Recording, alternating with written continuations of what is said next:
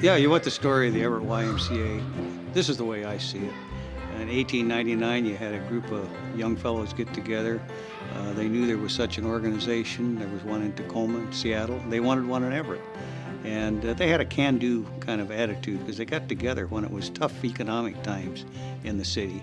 And they made it happen. Jim Ennis was a longtime football coach at Everett High School, a legend in the community, and a great YMCA supporter. And Jim used to say, tradition is the foundation for future success. And I think the YMCA is a living example of what Jim was talking about. I think what the Y does on the broader picture is make the community a stronger place. The Y is a multi-generational facility, so whether you're in your 70s or whether you're in your teens or whether you're a toddler, it's going to be available to you locally, and that's very important for families. Sometimes when historians look at things, it's easy to point out the travesties and the tragedies. For example, when the YMCA burned down in 1920, yeah, that could have been the story. You know, the YMCA burned down. But that isn't the real story.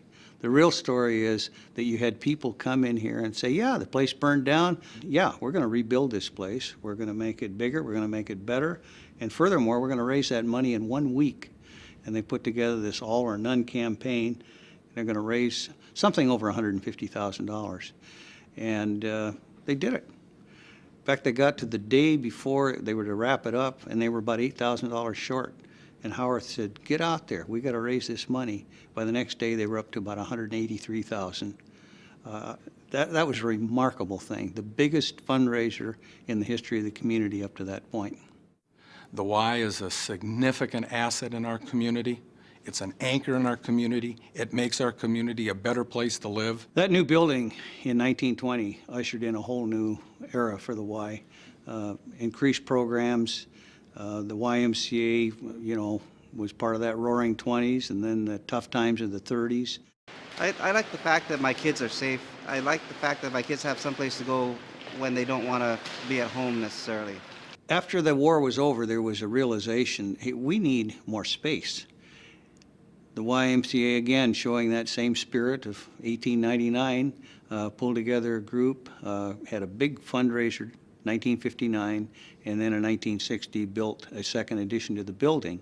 So yeah, I think the Y, being involved as it is, does do something to a community and bring it closer together. After that big World War II boom, there was a recognition that the Everett Y needed to serve more than just Everett, that it ought to be a countywide organization. But the whole idea was that, you know, let's reach out. And that really started in the 80s. And then the big building occurred in the 1990s with the Marysville YMCA and the Mukilteo YMCA. When they bring together the community to work together to make a YMCA a reality, and when that community comes together and enjoys that YMCA in common with one another, that is a powerful community building activity. I would be very optimistic about the future for the YMCA in Snohomish County. Here you've got this 100-plus-year-old organization with such a proven record. I mean, everything they've tackled, they've accomplished. In fact, it takes you back to 1899 when you had this group of young folks gathered in a church basement that wanted to make this thing happen originally. I'm not sure they'd be too surprised if they'd see what was going on now, because it would simply be a continuation of the sort of spirit that they got started back in 1899. And when you walk into a Y and you see, caring and honesty and respect and responsibility and the things that are hallmarks, you see that in every Y you go into, and it becomes part of the fabric of the community.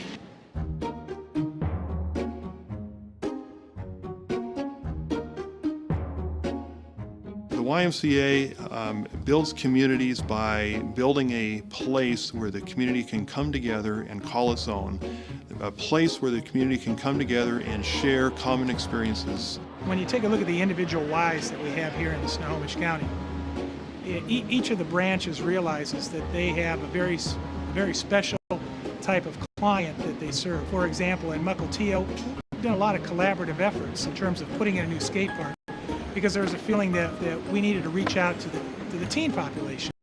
and make them feel like they belong, that they had something that they could point to that was theirs. The food bank in the Marysville, North County YMCA is a good example of something that a Y is not normally involved in.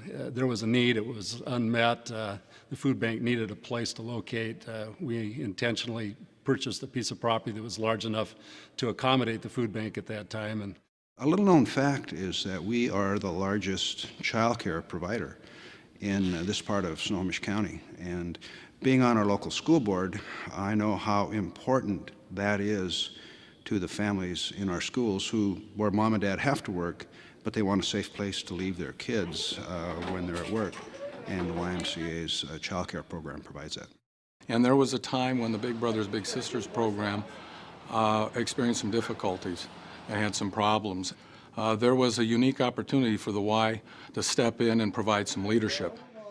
Building community is creating opportunities for families with diverse backgrounds to join together, to work together, to learn together, to play together. The Y is open to everyone and anyone, and we really see this as an opportunity for people to become more familiar with families with different backgrounds from their own. When we look at the percentage of population that is participating in these Ys, it's astounding. the Y can have a tremendous impact on lives. I've witnessed this in the Marysville, North County Y. I've seen kids that have come through that looked like they had little to no chance of success in life just blossom. I see myself as a fundraiser carrying on the traditions of our forefathers, essentially. The passion for giving is no different now than it was years ago. The purpose for giving is no different. We all had fire in our belly when we approached the Marysville North County campaign. And when we see other campaigns in other parts of the county, fire in our belly remains, and we want to help them out. Investing in the Y is definitely about investing in people and investing in our communities.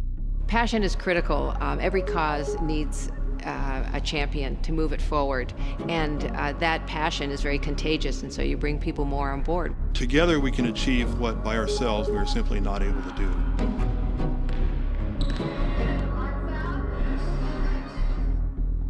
I'm not a fundraiser. I am a community activist that cares a lot for the greater Monroe area, and I get energized by the people I'm in contact with, and to me that makes it worth it. I had never done fundraising before. I was a little nervous. It was helpful that they took me through the process as part of the training, that I'd be talking to people I know. When you're fundraising for the YMCA, there is a professional staff behind you that supports you, makes it actually fun to go out and raise the money. I tell people that giving to the Y is an investment in our community, and it's an investment that's going to be guaranteed positive returns to us as donors, to our families, and to our children. And I can't think of a better way to leave a legacy than to give to the YMCA.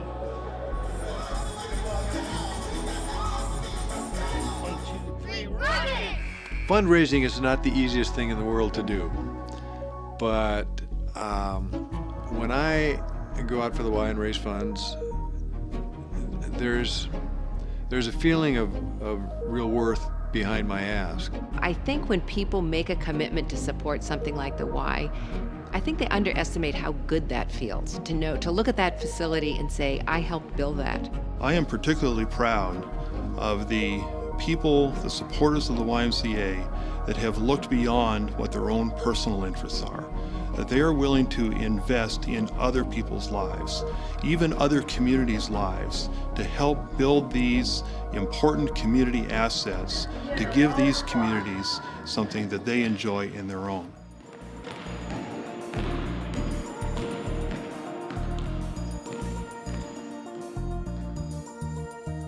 It's an inspiration to us today to look back to those that rebuilt a burned down Y in the 1920s.